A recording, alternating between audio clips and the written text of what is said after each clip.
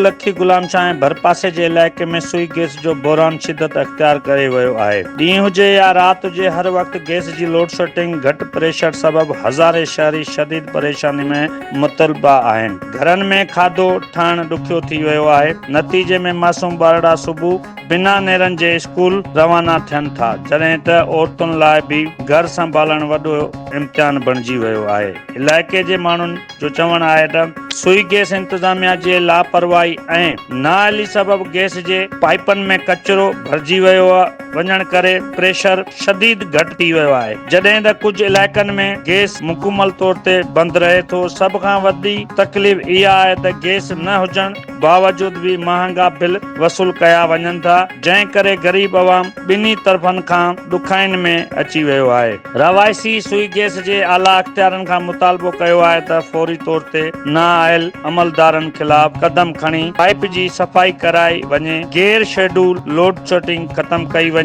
ऐं नाइजायज़ वधायल बिल वापसि वरिता वञनि, त जीअं लखी गुलाम शाह ऐं भर पासे जे इलाइक़े में रहंदड़ माण्हुनि में सुख जो साह खणी सघनि।